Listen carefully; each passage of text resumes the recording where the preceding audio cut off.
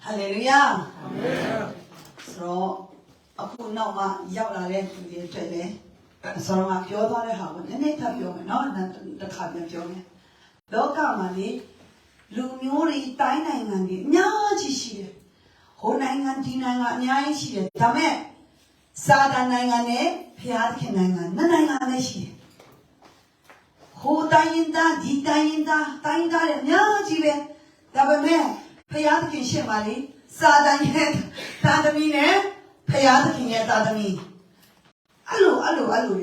누묘 피아소나 아스네 아뚜네 쉬래 아스네 아뚜네 쉬소나 마스네 마뚜네 마시바오 아뚜도 아스도 마요타바오 쉬소라네 허름라 쉬래 아스소에 셋 아뚜소에 아뚜 다음에 아뚜가래 버로마 아스네 필라나이고 아스가래 베로마 아뚜 필라나이고 알로가 로가마 누묘 ပဲရှိတယ်လောကမှာဘာသာတွေအများကြီးရှိမယ်ဟိုဘာသာဒီဘာသာကိုယ်ပိုင်တဲ့သူအများကြီးရှိမယ်ကျွန်တော်တို့ခရိယာန်တွေထဲမှာလည်းဟိုအတင်းတော်ဒီအတင်းတော်အိုးစတဲ့ဖြစ်အတင်းတော်တွေကရည်တွက်လို့မနိုင်လောကမှာဘာသာတွေလည်းရည်တွက်လို့မနိုင်ဘာသာကြီးလေးမျိုးရှိတယ်အောက်မှာဘာသာလေးတွေအများကြီးရှိသေးတယ်ဘာသာကြီးလေးမျိုးဘယ်နှမျိုးလဲခရိယာန်မွတ်စလင်အင်္ဂိုဟုတ်တယ်လေးမျိုးပဲရှိတယ်အဲ့ဒါလေးမျိုးပဲခရိယန်မွတ်စလင်ဟိန္ဒူဗုဒ္ဓဒီလေးမျိုးကဘာသာကြီးလေးရလို့ခေါ်တယ်ကဘာမှာသတ်မှတ်ထားတာသူတို့ကအကြီးဆုံးပေါ့အဲ့ဒီထဲမှာခရိယန်ကအကြီးဆုံးအမှဒုတိယကမွတ်စလင်အကြီးဆုံးနံပါတ်3ကဟိန္ဒူအကြီးဆုံးဗုဒ္ဓကတော့နံပါတ်4ဗုဒ္ဓဘာသာနံပါတ်4အဲ့ဒီအောက်မှာဘာသာတွေအများကြီးပဲခရိယန်ထဲမှာတော့အတင်းတော်နိချင်းကတလေဘာညာဘောကောနော်တင်းကောင်းမူရင်းစသည်ဖြင့်အေချီစသည်ဖြင့်အတင်းတော်တွေအများကြီးပဲဒါပေမဲ့လေဖရာသခင်ရှေ့မှာလေနှမျိုးပဲရှိတယ်ဖရာသခင်ရှေ့မှာနှမျိုးပဲရှိတယ်ဖရာသခင်ကိုကိုးကွယ်တဲ့လူနဲ့နတ်ကိုကိုးကွယ်တဲ့လူနှမျိုးပဲရှိတယ်ဘာသာတွေဘလောက်များအတင်းတော်တွေဘလောက်များဖရာလူနဲ့စာတန်လူဖရာကိုကိုးကွယ်တဲ့လူနဲ့စာတန်ကိုကိုးကွယ်တဲ့လူဆိုလို့နှမျိုးပဲရှိတယ်အဲ့ဒီထဲမှာလောကမှာလည်းမိသားစုတွေအများကြီးရှိတယ်ဟိုဒီကိုဒီနီးစခါမှာဆိုတဲ့မိသားစုတွေဘယ်နှစ်ထောင်လုံးရှိရပါလိမ့်မလားဒါပေမဲ့ဖရာခင်ရှိမှာတော့မိသားစုငါစုပဲရှိတယ်လေးစုမိသားစုလေးစုပဲရှိတယ်အဲ့တော့အဲ့ဒီမိသားစုအတီးစီရဲ့ချောင်းချောင်းတို့လေ့လာကြရအောင်ကိုကြည့်မနှက်ပိုင်းပါဆိုတော့ဒီမှာကျွန်တော်မိသားစုအကြောင်းတွေလေ့လာတဲ့အခါမှာလောကမှာနေထိုင်လာပြီးဆိုရင်အာဒံကနေစီးဆင်းလာကြတာဒါကြောင့်မို့ဒီအာဒံကနေစီးဆင်းလာတဲ့လူဒီကတချို့တွေကဘာသာတရားကိုပြန်ပြီးကြင်ကြံလာတဲ့မိသားစုတွေဖြစ်လာတယ်တချို့တွေကတော့ဘာသာမဲ့တရားမဲ့ဖျားမဲ့ကိုရှိတယ်တချို့တွေကတော့ဘာသာတရားကိုကြင်ကြံလာတဲ့မိသားစုတွေရှိတယ်တချို့တွေကတော့ဂျေစုတော်ထဲမှာပြန်ရောက်လာတဲ့သူတွေရှိတယ်တချို့တွေကျတော့တကယ်ဝိညာဉ်တော်နဲ့ဘုရားနဲ့တလုံးတော်အထဲဖြစ်သွားတဲ့သူတွေမိသားစုတွေရှိတယ်အဲ့လိုမိသားစုတွေအဲ့လိုအစားအစာရှိတယ်မနေ့ကလည်းကျွန်မဒီဟိုးတွေမှာကြားစာတင်တဲ့အခါမှာကျတော့ယုံကြည်ခြင်းအစစ်အတန်းဝိညာဉ်ရေးရာအစစ်အတန်းဆိုမှကောင်းစင်တယ်ကျွန်မက KG မူလာတန်းအလေတန်းအတက်တန်းတက်တူဆိုမှကျွန်မကခွဲခြားပြထားနော်အဲ့လိုခွဲခြားပြထားအခုကျတော့မိသားစုနဲ့ပြန်ပြီးခွဲခြားကြည့်အောင်ဒီကဘယ်မိသားစုထဲမှာရှိနေရလဲဆိုတော့ကိုမိသားစုကိုပြန်ပြီးချင့်ကြည့်ပါကိုယ့်ရဲ့အသက်တာလည်းချင့်ကြည့်ပါအဲ့တော့အခုမိသားစုကြည့်တဲ့အခါမှာလူတိုင်းကတော့အာဒံနဲ့အေဝါကနေဆင်းသက်လာတာဖြစ်တဲ့ဖူးဖွားတွေကျမတို့အားလုံးရဲ့ဖူးဖွားကအာဒံနဲ့အေဝါတလားတွေလည်းအာဒံနဲ့အေဝါကဆင်းလာတာဗမာတွေလည်းအာဒံနဲ့အေဝါကဆင်းလာတာတရုတ်တွေလည်းအာဒံနဲ့အေဝါကဆင်းလာတာလူတိုင်းကအာဒံနဲ့အေဝါကနေဆင်းသက်လာတာတကယ်တရုတ်တွေကအဖူးဖွားတွေကိုယ်ွယ်လေတဲ့သူတို့ရဲ့အဖိုးဖွားတွေရဲ့လက်ပြကိုးကွယ်တယ်လို့သူတို့ပြောတယ် တကယ်တမ်းဆိုရင်လေအဲ့ဒီအဖိုးဖွားတွေကိုကိုးကွယ်တာထက်အဖိုးဖွားအရင်အမြင့်ဖြစ်တဲ့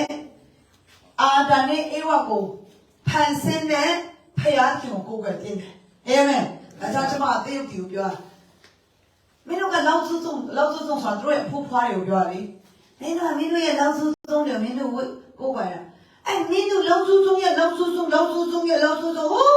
အထက်ရောက်သွားရင်အဲ့ဒါဖယားသခင်စီရောက်သွားတယ်လို့ဒါကြောင့်မင်းတို့ရဲ့လောက်စုံအစစ်အမှန်ကဖယားသခင်ပဲဒါကြောင့်ဖယားသခင်ကိုပဲကိုးကွယ်ရမှာလို့ကျွန်မကသေရုပ်ဒီပါလို့ပြောတယ်ဒီမှာသေရုပ်ဘယ်နှယောက်ရှိပါလဲသေရုပ်ပါလားတရားနေရနော်အေးဟုတ်တယ်လောက်စုံကိုကိုးကွယ်ရမှာမဟုတ်လားအမှန်အကန်လောက်စုံအစစ်အမှန်ကဖယားသခင်ပဲဖယားသခင်ကနေမှအာဒံနဲ့အေဝါကိုဖန်ဆင်းတာအာဒံနဲ့အေဝါကိုကနေတစ်စစ်မှာကျွန်တော်တို့က一代的下去现代နော်ကျွန်မသိလို့လည်းနည်းနည်းပြောခဲ့တယ်သူတို့ခွန်အားရတော့အောင်ပေါ့နော်အဲ့လိုလေဆက်မျိုးဆက်လာအခုဒီနေ့ကျွန်တော်တို့အဆက်ပြောက်လာတယ်လေအဲ့တော့ကျွန်တော်တို့ကအဆက်ပြန်တက်သွားမယ်ဆိုရင်အာဒံနဲ့အေဝါနဲ့တစ်ဆက်ပြန်တက်သွားမယ်ဆိုရင်ဖယားသခင်အဲ့တော့ကျွန်တော်တို့ကိုယ်ပဲတင်တာကဖယားသခင်ပဲကိုယ်ပဲတင်တာတယောက်ဒီတစ်ဆက်မှရှိတဲ့အဖူးဖွားတွေပဲကိုယ်ပဲတာတကယ်တမ်းဆိုရင်ဟိုတစ်ဆုတ်ကအဖူးဖွားဖြစ်တဲ့ဖယားသခင်ကိုယ်ပဲရမှာကျွန်တော်တို့ရဲ့ဇစ်နော်အရင်အမြင့်စနစ်ကဖယားသခင်ပဲအဲကြောင့်ဒီအားလုံးကအာဒံနဲ့အေဝါကဆင်းလာဖြစ်တဲ့အတွက်ကြောင့်မို့အာဒံမိသားစုဒီအာဒံမိသားစုကဖယားတရားမရှိဘူးသူတို့ကဖယားတရားမရှိဘူးဖယားတရားမတုံးဘူးပြောချင်တာတရားမတုံးဘူးတချို့တွေကတော့ဖယားရှိတယ်ဆိုတာတော့သိတယ်ဒါပေမဲ့ဖယားကိုမရှိဘူးဒီတရားထဲမှာမကြင်ကြံဘူးသူတို့ကငါလုံးမှငါစားရမယ်ဆိုတာငါလုံးမှငါစားရမယ်ငါခသားလေးငါဖယားငါကျူးစားရင်ဖယားဖြစ်တယ်ကိုလုံးမှကိုစားရတယ်ဆိုတော့ဖွဲ့အဲ့ဒါအာဒံဖွဲ့နော်အာဒံမိသားစုသူတို့မိသားစုတွေကအပြစ်တရားမှာရှိတယ်သူတို့ကဖယားတရားမထိမထားဘူးကိုပဲဦးထိထားတယ်ကိုပဲတန်ဖိုးထားတယ်ဘဒူတေငတေရင်ပြီးအောင်ဆိုတဲ့စကားရှိတယ်ဘဒူတေငတေရင်ပြီးအောင်အခုဒီမိသားစုကလေမစားရမှာကြောက်တယ်တိမ်မှာမကြောက်ဘူးသူတို့စားရဖို့ရပတ်စံရဖို့ရေဆိုဘာမှဆိုလို့ရတယ်ပတ်စံပေးအကုန်လုပ်ရတယ်အဲ့လိုမျိုးမိသားစုအဲ့ဒါသူတို့ကဒုစက်ကိုအရန်ပြောတယ်ဒုစက်ထဲမှာအရန်ပြောတယ်သူတို့ကဒုစက်ထဲမှာပြောတယ်ဟိုမွေးစေဝါတောက်စားနေတာပြောတယ်နေကလာတော့တာပြောတယ်ဖေးဆိုတာပြောတယ်သူတို့ကဒီဒုစက်ထဲမှာအရန်ပြောတယ်ပြီးသူတို့ကမူတာပြောရင်အရန်ကျွမ်းကျင်တယ်ဘာကြောင့်လဲဆိုတော့သူတို့ရဲ့အဘကမူတာရဲ့အဘကပြောတယ်မူတာအဘကစားတာဆိုတဲ့အတိုင်းသူတို့ကမူတာမှာအရန်ကျွမ်းကျင်တယ်သူတို့ရဲ့အဘကစားတာဖြစ်တဲ့အတွက်ကြောင့်သူတို့ကလည်းဘယ်လိုပြောလိုက်မယ်ဘယ်လိုပြောရင်ဘယ်လိုပြောလိုက်မယ်မူတာကိုဒီလိုစလုံးချောင်းကိုပြောတာမူတာထဲမှာအရန်ကျွမ်းကျင်တာအဲ့ဒီမိသားစုပြီးသူတို့ကအကျင့်ကောင်းစစ်တဲ့ရုပ်ပါလေအကျင့်စာရိတ္တဆိုးတယ်အကျင့်စာရိတ္တဆိုးတယ်တော်ရကြီးတယ်လူတပ်ဖို့လည်းဝင်မလဲဘူးလူကိုရိုက်ဖို့လည်းဝင်မလဲဘူးအားနဲ့တီးဖို့လည်းပါတီပို့ပါလာကချေရနဲ့ကမှုပါလုံးဝဝင်မလဲသူတို့အတွက်ကလူရိုက်တာကပန်းခုတလောက်တော့မခတ်ဘူးနော်အလောက်ထိအကျင့်စာရိတ္တဆိုးတယ်ကြည်လူတွေကဒီတော့သူတို့ကအမင်္ဂလာရှိတယ်ချိန်ကိုခံရတယ်ဒါကြောင့်မို့သူတို့မိသားစုထဲမှာမိဘတွေလည်းအချစ်စာရိတ္တဆိုပြီးပစ္စကဖြစ်တော့သားသမီးမှလည်းဒုက္ခတွေမျိုးကြုံတချို့တွေဆိုရင်ချက်မပြီးတဲ့လူတွေပြန်မွေးလာတာတော့အမျိုးအဲ့လိုမျိုးသူတို့ရဲ့အမင်္ဂလာတွေလွတ်ထားတဲ့အကျိုးကြောင့်သားသမီးမှလည်းအကျိုးဆက်တွေအဲ့ဒီအမင်္ဂလာရဲ့အကျိုးဆက်တွေပြန်ခံစားရတယ်ဆိုတော့နောက်တစ်ခုသူတို့ကစိုက်တဲ့အတိုင်းရေးရတယ်သူတို့ကအကျင့်ဆိုးကိုစိုက်ထားတဲ့အတွက်ကြောင့်သူတို့ရဲ့မိသားစုထဲမှာလည်း ဆိုးကျိုးပဲခံစားရတယ်ဘယ်အရာမဆိုအကြောင်းရှိမှအကျိုးဖြစ်လာတယ်အကျိုးနဲ့အကြောင်းနဲ့အကျိုးဆိုတာရှိတယ်ဟုတ်တယ်မလားသူတို့စိုက်ထားတဲ့အကြောင်းကြောင့်ဆိုးတဲ့အကြောင်းကိုသူတို့စိုက်ထားတာကိုအဲ့ဒါကြတော့သူတို့ဘဝကဆိုးတဲ့အကျိုးပဲခံစားရတယ်စိုက်တဲ့အတိုင်းကြီးရတယ်သူတို့ကလွတ်တယ်လို့ပဲရတယ်လွတ်တယ်လို့ပဲရတယ်သူတို့ဥပမာလေတင်းဆိုင်လေအဲ့တင်းရတဲ့ရိုက်ထားတယ်လို့ပဲရတယ်လေတေကဆိုင်လေအဲ့ဒီတေကရတဲ့ရထိုင်တယ်လို့ပဲသူတို့ရတယ်အဲ့လောက်ရတဲ့ရထိုင်တယ်လို့ပဲလောကမှာအလုပ်တော့လဲတရက်လုံးလဲအဲ့တရက်လုံးထားတဲ့အကျိုးလို့ပဲရတယ်သူတို့ကကျိုးစားရင်ကျိုးစားတဲ့လောက်ပဲသူတို့ရတယ်တခါတလေသူတို့ကျိုးစားတာတော့မစားရဘူးသူတို့ကလေစိုက်ထားတာတော့မစားရတာရှိတယ်သူတို့ဥမာလောက်အားမလေးလောက်အားနေသူကုန်ကျိုးစားပြီးလောက်ထားတယ်သူများကလောက်အားတော့ပြန်ပြီးမြစ်စားသွားတာခံရတယ်တချို့တွေဆိုခုတရုတ်ပြည်မှာဆိုရင်လည်းဟိုးမှာအလောက်တော့တဲ့တလားဘယ်တော့ရတယ်တလားပြုံဝင်1000 3000ရတယ်သွားလောက်ကြတယ်ဟိုရောက်သွားတဲ့အခါကျတော့တနေ့လက်ခါထုတ်ပြီးလက်ခါတောင်းကြည့်တော့ခဏနေကြတော့ပေးလိုက်ပြီလေမင်းတို့ကမင်းတို့လာအပ်တဲ့ပွဲစားကိုပေးလိုက်ပြီလေ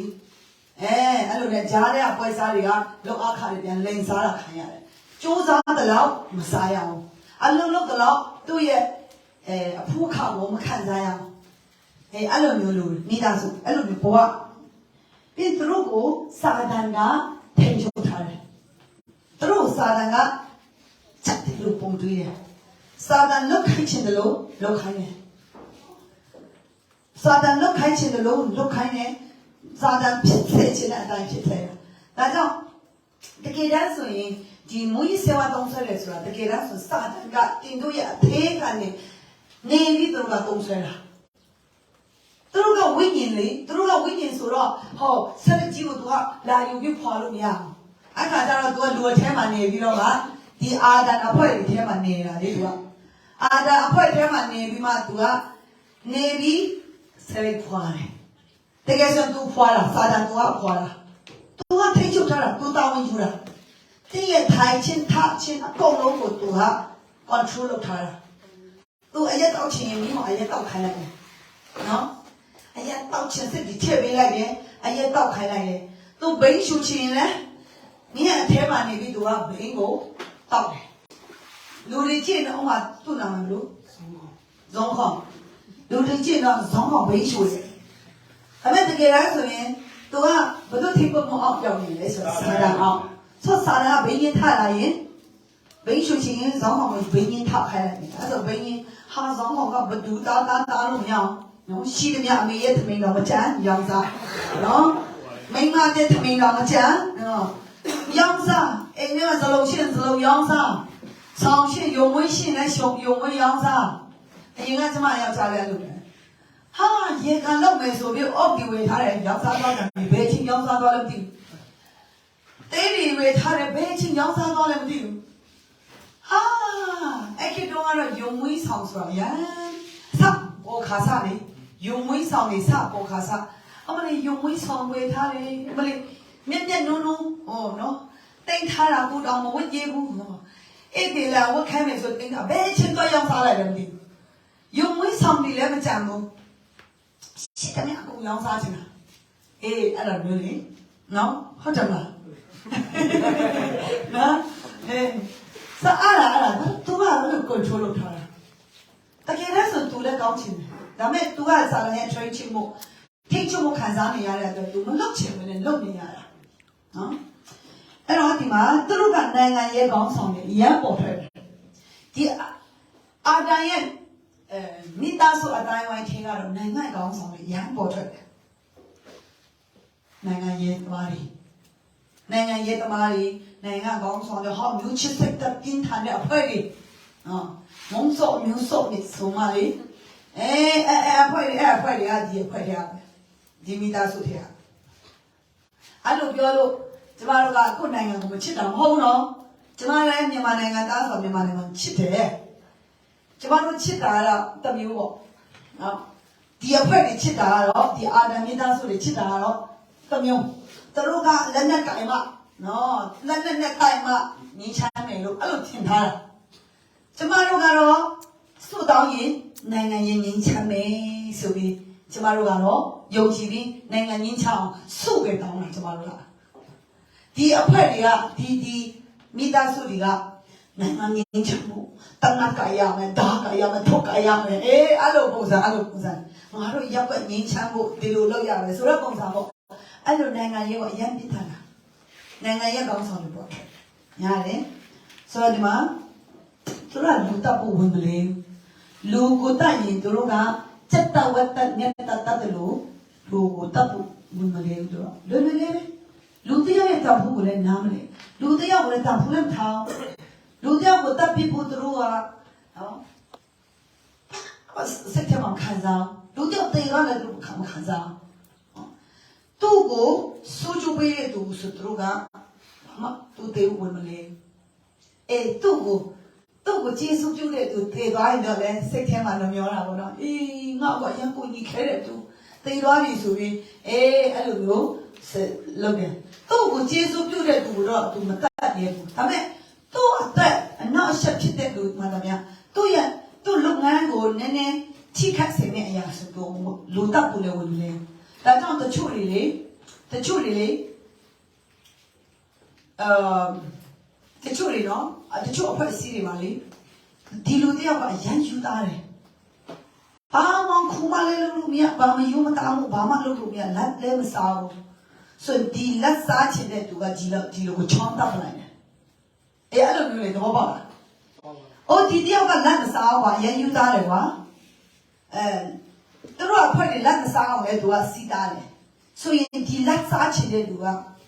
ဒီကောင်းကြောင်ငါတို့လက်စားလို့မရဘူးဒီကောင်းကြောင်ငါတို့ကစီးပွားရေးစားတဲ့တော့ဝင်ရတဲ့တော့မရဘူးဆိုတာသူကသူ့ရဲ့ရည်ရွယ်ချက်နဲ့ကလပ်ရင်းဖြစ်နေတဲ့ဟာကိုသူကတပ်ပလိုက်ချင်တယ်ဒါကြောင့်လူတပ်ဖို့သူကဝင်မလဲသူနဲ့လွတ်ဖို့ဆောင်ဖြစ်ပေမဲ့သူကလူတပ်ဖို့ဝင်မလဲအဲ့ဒါကိုပြောချင်တာပြီးရင်သူကအချင်းနဲ့သွားတယ်အချင်းနဲ့သွားတယ်ဆိုတာအဖြစ်ကသူကငါတို့ဒီလိုလုပ်ကောင်းမယ်ထင်တယ်ကဲဒီကိစ္စမှာငါတို့ဒီလိုလုပ်ကြည့်အောင်ဒီလိုလုပ်ကောင်းမယ်ထင်တယ်ဆိုတာမျိုးလေဘယ်ကိစ္စမှမိသားစုရဲ့ကိစ္စပဲဖြစ်စီးပွားရေးကိစ္စပဲဖြစ်သူကအချင်းနဲ့သွားတယ်အဲ့လိုမျိုးပြီးတော့သူကစာအုပ်ဖတ်ပြီးဥဆောင်တယ်ဥမာနိုင်ငံရေးကိုဥဆောင်တယ်ဆိုလည်းသူကစာအုပ်ဖတ်ပြီးဟိုနိုင်ငံရဲ့ကောင်းဆောင်ဒီနိုင်ငံရဲ့ကောင်းဆောင်တွေရဲ့အထုပတိဒီစာအုပ်တွေဖတ်ပြီးသူကနိုင်ငံရေးကိုကောင်းဆောင်လုပ်တယ်ဥပမာသူကရပ်ကွက်ကိုဥဆောင်တယ်တို့မဟုတ်အဖွဲ့အစည်းတစ်ခုခုကိုသူဥဆောင်တယ်ဆိုလည်းသူကစာအုပ်တွေကိုစာအုပ်ဖတ်ပြီးမှသူကအဲ့စာအုပ်ဖတ်တဲ့အတိုင်းတည်းသူကဥဆောင်တယ်စာအုပ်နဲ့ဥဆောင်တာနော်မတူ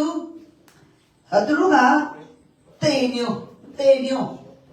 တေခြင်းနဲ့ဆိုင်တဲ့အမျိုးသူတို့ရဲ့ဘဝကတော့ဝိညာဉ်နဲ့တည်နေတယ်ခန္ဓာလည်းတည်နေတာနဲ့အတူတူပဲအဲ့လိုမျိုးဖြစ်တယ်ဆိုတော့မိသားစုတစုအဲ့ဒီမိသားစုကတော့ဗာမိသားစုလဲဒီမိသားစုကြတော့သူတို့ကဖရာတရားတည်တယ်ဖရာတရားတည်တဲ့အတွက်ကြောင့်သူတို့ကတရားကျင့်တာတွေရှိတယ်တရားထိုင်တာတွေရှိတယ်သူတို့ကဖရာရှိတယ်ဆိုတာတည်တယ်ဒါပေမဲ့သူကိုယ်ပိုင်နေတဲ့ဖရာကတည်နေလားရှင်နေလားလည်းမသိဘူးသူကတော့ဖရာတရားရှိရမယ်ဆိုတာတော့သိပေမဲ့သူကိုယ်ပိုင်တဲ့ဖရာကတည်လားရှင်လားသူမသိဘူးဖရာတရားတော့အရန်ကြိုးစားတယ်ဖရာတရားနဲ့ပတ်သက်တဲ့နေရာမှာတော့သူစိတ်အားကြီးတယ်အဲ့လိုမျိုးပြီးရင်အခုငါလှုပ်ဆောင်နေတဲ့ဒီကြင်ကြံမှုကတကယ်ဖရာအလိုတော်ရှိလားမရှိလားလည်းသူမသိဘူးငါခံယူနေတဲ့တရားကဒါဖရာသခင်ရဲ့အလိုတော်နဲ့ဆိုင်တဲ့တရားလားဆိုတာလည်းမသိဘူးခရိယန်ထဲမှာဆိုလည်းဒီမိသားစုရှိတယ်ဗုဒ္ဓထဲမှာဆိုလည်းဒီမိသားစုရှိတယ်ဘာသာတိုင်းမှာဒီမိသားစုရှိတယ်ဘာသာတိုင်းမှာဒီမိသားစုရှိတယ်နော်မောရှင်မိသားစုရှိတယ်ကျွန်တော်ခရိယန်မိသားစုခရိယန်အတိုင်းဝိုင်းထဲမှာလည်းဒီမိသားစုရှိတယ်မောရှင်မိသားစုလို့ပြောရင်ခရိယန်တွေကိုပဲပြောတယ်မထင်နဲ့ဒါဘာသာတိုင်းကိုပြောချင်တာ ဘာသာတိုင်းမှာဒီမိသားစုတွေရှိတယ်ဒီမိသားစုတွေကဖယားတရားအရန်ကြိုက်ဆိုင်နေလေဟောပြောမှဆိုဗုဒ္ဓဘာသာဆိုရင်လည်းသူတို့ကတော့ထွက်ပြီးတရားကျင့်တာတော့ဘုန်းကြီးကျောင်းမှာသွားပြီးတော့မှတရားထိုင်တာတော့ဥပုသ္တဆောင်တာတော့လုပ်တယ်ဒီအဖွဲ့လုပ်တယ်နော်ပြီးရင်ကျွန်တော်ခရိယာအတိုင်းပိုင်းထဲမှာဆိုလည်းအစာရှောင်ဆုတောင်းတာတွေပါဝင်တယ်ကျမ်းစာသင်တန်းတွေပါဝင်တယ်အဲ့တော့တဲ့သူတို့မလေးဖျားเจ้าမှာတခုခုလုပ်မယ်ဆိုရင်သူတို့ကအမလေးလုပ်အပ်ပြီup no အစေခံအမလေးခရစ်စမတ်ပွဲလုပ်တော့မယ်ကျေးဇူးတော်ချီးမွမ်းပွဲတော့လုပ်တော့မယ်ဆိုအမလို့ဝတ်တပ်တာတော့နော်ဝါရီခုတ်တာတော့မန္တထူတာတော့အမလေးတော်လိုက်တာသူတို့အရန်တော်တယ်ဒီဖွဲ့တွေဖျားเจ้าနဲ့ပတ်သက်လာရင်ဖျားရဲ့အမှုနဲ့ပတ်သက်လာသူတို့ကအရန်စင်ကားထက်တာတယ်ဗမာလေးဆိုတဲ့ကတင်ပွဲတော့ကြံပွဲတော့ဘာလို့အတွက်သူတို့အရန်ပဲရက်ရောငွေကြေးလည်းပါဝင်တယ်လောက်အားလည်းအားပေးတယ်ဒီအဖွဲ့ကဒီမိသားစုတွေကသူတို့ဖျားတရားရှိတယ်နော်သူတို့ပညာတရားတွေမှာချင်းနေဒီလိုလုပ်ရင်ဒီလိုရမယ်ငါတို့ဒီလိုဖျားတရားဖတ်မှချင်းလုပ်ရင်ငါတို့ကောင်းနိဗ္ဗာန်ရောက်မယ်ခရိယာတွေဆိုလဲငါတို့ဒီလိုနောကုဖို့မှာနော်အတင်းတော်မှာငါတို့ဒီလိုစက်ကပ်ရင်ကောင်းရင်ရောက်မယ်ကောင်းချင်ရမယ်လို့ထင်တာလေဟုတ်ဘူးလားအကြောင်းနောကုကြောင့်ကစားအောင်နောကုကြောင့်ကတကယ်ကိုကထမ်းတာဝါခုတ်နေတဲ့အတင်းတော်မှာဟိုလုပ်မယ်တဲ့ဒီကလုပ်မယ်တဲ့လို့ပြောရင်ဒါယူပြီးသားလုပ်ကိုပြီလေစိတ်အထက်တယ်ဒီဖွဲ့လေပေါက်ပြယူပြီးသွားဖျားကြောင်တရှိရတော့လို့ဆိုတော့အမလေးတို့ရစကားထက်တယ်ဒီဖွဲ့လေအရာကောင်းတယ်ဒါပေမဲ့တို့ကလောက်နေတာကဘာသာရေးပဲလောက်တာတို့ရဲ့လောက်ဆောင်မှုမှာတရားကဘာသာရေးပဲတို့ကကုံများဂိုင်းကနများတည်ထောင်တယ်ကုံအတွက်လေကုံအတွက်တို့ရဲ့ကုံပကာတနာအတွက်တို့မျက်နာအတွက်ဂိုင်းကနတွေတည်ထောင်တယ်ဥပမာပြောမယ်ဆိုရင်တို့ကသူကဆရာကြီးသူကဆရာမကြီးဆိုတာအဲ့လိုမျိုးဂုံဖြစ်လာအောင်သူကသူ့ရဲ့အတင်းတော်ကြီးထွားလာဖို့လုပ်ဆောင်တယ်ခရိယာထဲမှာဆိုရင်အတင်းတော်ကြီးထွားလာဖို့အတင်းတော်လူများလာဖို့ပြောမှဆိုဖျားချောင်းတွေတချောင်းနော်ဒီဆရာကဖျားချောင်းဘယ်နှချောင်းဆောင်းနိုင်တယ်ဆိုတဲ့နာမည်လူချင်းလို့သူကအဲ့လိုကြိုးစားအားထုတ်တယ်ပြီးရင်ဗုဒ္ဓဘာသာတို့တခြားယုံကြည်မှုတွေထဲမှာဆိုလည်းအဲ့လိုပဲလေသူကဘီရှော့သူကနော်ကျောင်းထိုင်ဆရာကြီးသူကဘနဝရှိပြီဆိုတာမျိုးကိုလူတွေရဲ့ရှက်မှာအဲ့လိုမျိုးချီးကျူးခံရဖို့ပေါ့အဲ့လိုမျိုးအတွက်သူတို့ကကြိုးစားအားထုတ်တယ်သူတို့ကအဲ့ဒီအတွက်အတိတ်ကထားပြီးအသက်ရှင်တယ်ပြီးတော့သူတို့အကျင့်စာရိတ္တအရင်ကောင်းတယ်မယုံကြည်လိုက်တယ်ဟိုမှာဗုဒ္ဓဘာသာချမ်းမှာဆိုလည်းဘာသာတရားကိုင်းဆိုင်တဲ့သူလည်းအကျင့်စာရိတ္တကောင်းလားမလေးဒီမှာထိုင်နေတဲ့လူတွေထက်ကောင်းလားနော်ဒီမှာထိုင်နေတဲ့လူတွေထက်ကောင်းလားအခုကျမတို့မေတ္တာတော်ဆိုင်မှာတော့မလေးတမန်မွေးနေဆိုရင်မိဘမိခင်ဟာတွေမှာလိုက်ပြီးတယ်မွေးနေဆိုမိဘမိခင်မှာတော်တူတယ်သူတို့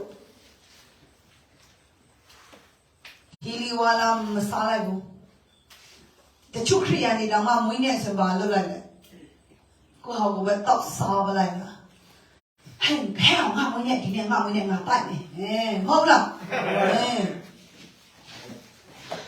မင်းမွေးနေဒီနေ့ဆိုမင်းတိုက်ရမှာလေအဲ့လိုမတိုက်ရင်တော့မတမန်တိုက်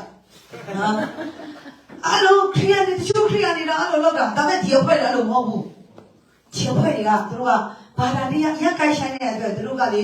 သူတို့ရဲ့မွေးနေ့ဆိုလည်းမိဘမိခင်ဟာတွေမှာသွားလူတန်းတယ်ဘိုးဘွားရစ်တာတွေမှာသွားလူတန်းတယ်အဲ့လိုလုပ်တာသူတို့ကအချစ်စာရိတ္တအရင်ကောင်းတယ်သူများကြည့်ရင်သူတို့ကိုလေအပေါ်ယံ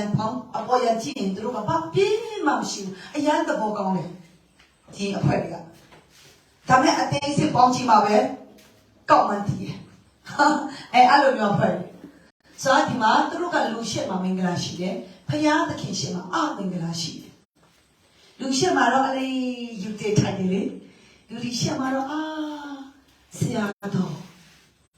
ဆရာမကြီးအဲ့လိုလူရှိရှစ်မှာတော့သူတို့ကယူတေထိုက်တယ်မင်္ဂလာရှိတယ်သူလူမြင်ရတယ်ဒါပေမဲ့ဖယားရှစ်မှာသူကမင်္ဂလာရှိတော့သူဖြစ်နေတာ နော်ဒါမျိုးများဆို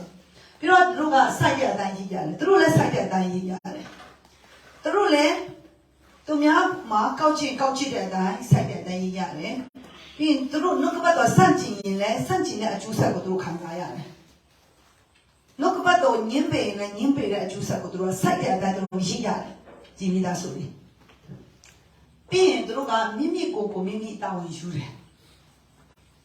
သူတို့ကိုမိမိကိုယ်ကိုမိမိတာဝန်ယူတာဖခင်တာဝန်မယူဘူးစာတာနဲ့တာဝန်မယူဘူးသူတို့အဲ့ဒါဆရာတပါးပြောတယ်လောကမှာတဲ့လူ၅မျိုးဆိုတာသူပြောတာရှိတယ်တဲ့တချို့လူတွေကတဲ့ဖခင်အသုံးပြုတဲ့လူတချို့ကြတော့လူအသုံးပြုတဲ့သူတချို့ကြတော့နတ်အသုံးပြုတဲ့သူတချို့ကြတော့နတ်ရောလူရောအသုံးပြုတဲ့သူဘုရားမသုံးဘူးနော်ဘုရားတော့မသုံးဘူးဒါပေမဲ့လူနဲ့နတ်နဲ့သုံးတာသူ့ကိုဒါပေမဲ့တချို့ကတဲ့နောက်တစ်မျိုးတစားကြတော့နတ်လည်းမသုံးချင်ဘူးလူလည်းမသုံးချင်တဲ့လူတစ်မျိုးရှိရဲ့တဲ့နတ်လည်းမသုံးဘူးလူလည်းမသုံးအဲ့လိုမျိုးလူရှိရဲ့တဲ့လောကမှာလူ၅စား၅မျိုးရှိရဲ့ဟုတ်ကျမစဉ်းစားဟုတ်တာပဲလို့ဟုတ်တာပဲအဲ့ဒါတင်ကဘယ်နှစားထရလဲဘယ်နှစားထရလဲကိုစဉ်းစားပေါ့တစားကတော့လူတစ်မျိုးကတော့ဖရာအသုံးပြုတဲ့လူတစ်မျိုးကတော့လူအသုံးပြုတဲ့လူနောက်တစ်မျိုးကျတော့စာသာအသုံးပြုတဲ့လူနောက်တစ်မျိုးကျတော့လူရောနတ်ရောအသုံးပြုထားတဲ့လူတစ်မျိုးကျတော့လူလည်းမသုံးဘူးနတ်လည်းမသုံးချင်တဲ့လူရှိတယ်ဒီအခွင့်တရားလည်းအဲ့လိုပဲသူတို့နတ်လည်းမသုံးဘူးလေနတ်ကမသုံးဘဲနဲ့သူတို့ကဖျားလည်းမသုံးဘူးနတ်လည်းမသုံးဘဲနဲ့သူတို့ဘာလုပ်လဲဆိုတော့သူတို့ကဖျားမသုံးတာမဟုတ်ပြောချင်တာဖျားမသုံးတာမဟုတ်နတ်မသုံးတာမဟုတ်သူတို့ကိုကြတော့သူတို့ရဲ့နာရဲတာရဲသူတို့ဖြစ်လာသမျှမှာသူတို့ကိုကြတော့သူတို့တာဝန်ယူရတယ်ဖျားတာဝန်ယူဘူးနတ်လည်းတာဝန်မယူပေးဘူးနော်အဲ့လိုသူတို့ကိုကြတော့စာတန်လည်းမထိန်ချုပ်ဘူးဖျားသခင်လည်းမထိန်ချုပ်ဘူးသူတို့ကြတော့သူတို့ဟာသူတို့ပဲထိန်ချုပ်တာသူတို့အကျင့်စာရိတ္တတော့သူတို့အသက်နဲ့ဆုံးထိန်ချုပ်တယ်ဟုတ်တယ်မလားသူတို့ဟာသူတို့ကြိုးစားအကျင့်ချမ်းအားထုတ်တာသူတို့ဟာသူတို့အဲ့လိုမျိုးလူပြင်သူတို့ကဘာသာရဲ့ကောင်းဆောင်အများကြီးပေါ်ထွက်တယ်သူတို့စီမှာဥပမာအဖေအသေးဟုတ်ဆိုရင်တာသမီးလည်းကျန်းစာကြောင်းတက်ပြီးမို့တော်ဆောင်ပြန်ဖြစ်တာမျိုးအဲ့လိုမျိုးဒီဦးလေးကဒီဘာသာရဲ့ကင်းလို့ဆရာဆိုတော့သူ့ရဲ့မျိုးနွယ်တွေလည်းဘာသာရဲ့အမှုတော်ဆောင်တွေအများကြီးပေါ်ထွက်တာဘာသာရဲ့ကောင်းဆောင်တွေအများကြီးပေါ်ထွက်တာပြီးတော့အခုဗုဒ္ဓဘာသာထဲမှာဆိုရင်ဒီကျောင်းထိုင်ဘုံကြီးဆိုရင်သူ့ရဲ့ကျောင်းထိုင်ဘုံကြီးရဲ့အမျိုးအနွယ်တွေကလည်းဘုံကြီးတွေအများကြီးဖြစ်လာတယ်လေဘုံကြီးတွေမြေကြီးလာတယ်အများကြီးဖြစ်လာတာအဲ့လိုမျိုးသူတို့ကြတော့သူတို့ကဘာသာရေးဘက်မှာစက်ကထက်တာတဲ့အတွက်ကြောင့်သူ့ရဲ့အမျိုးအနွယ်တွေလည်းဘာသာရေးကောင်းဆောင်တွေဘာသာရေးသမားတွေအများကြီးပေါ်ထွက်လာတယ်ဆိုတော့နောက်တစ်ခုသူတို့လည်းလူတတ်တယ်သူတို့လည်းလူတတ်ရတယ်ဘာသာရေးသမားတွေလူတတ်တာကြားဘူးကြလားကြားဘူးပါတော့ဟိုမလေးဒါငါနေနေဒါငါကိုဒီမှာလာတရားမဟောနဲ့တရားလာဟောတဲ့လူသုံးတဲ့ဓာတ်တွေနဲ့မောင်းထုတ်တာလေဒါလူတတ်ဖို့ဝင်မလဲဘူးသူတို့ဟုတ်တယ်မလားငါတို့အတိုင်းဝိုင်းမှာလာမဟောနဲ့အဲ့လိုမျိုးပြောဗုဒ္ဓဘာသာတွေထဲမှာဆိုရင်ဒါငါတို့ရွာကဗုဒ္ဓဘာသာမင်းတို့ခရိယန်တရားလာမဟောနဲ့တတ်တယ်မယ်ဆိုတာမျိုးကဲနဲ့ပေါက်တတ်တယ်ဆိုတာမျိုးတွေလေခရိယန်ထဲမှာလည်းရှိတယ်ခရိယန်ထဲမှာလည်းဒါကငါတို့နိချစ်အတိုင်းဝိုင်းဒါကငါတို့ကတရိတ်အတိုင်းဝိုင်းဒီမှာလာမဟောနဲ့ဆိုတာမျိုးလေဒါကငါရဲ့နေပေငါရဲ့နေမြင်ဒါကြောင့်ဒီငါရဲ့နေမြင်ငါရဲ့နေပေထဲမှာဘယ်သူမှလာရမဟောနဲ့တခြားဂိုင်းဆိုင်ဂိုင်းတွေမလာနဲ့ဆိုတာမျိုးအဲ့လိုမျိုးတော့ဒါဒီဖွဲ့ဒီမိသားစုထဲမှာ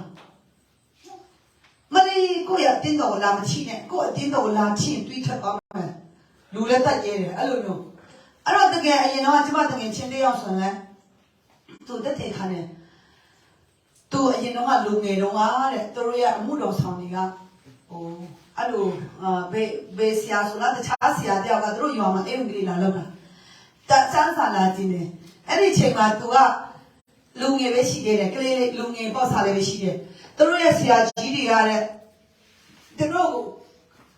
လူငယ်တွေကိုစုစည်းမှဟိုမှာတဲ့တူးတခိုးတွေလာပြီးတော့မောင်းထုတ်ရမယ်ငါတို့ရဲ့နေပေထဲမှာတူးတခိုးတွေဝင်လာတယ်ကဲမင်းတို့လူငယ်တွေသွားချဇော်ကတော့လိုက်တော့ဟိုလူငယ်တွေကအရက်တင်နေပပပြတ်တော့ယူပါလေ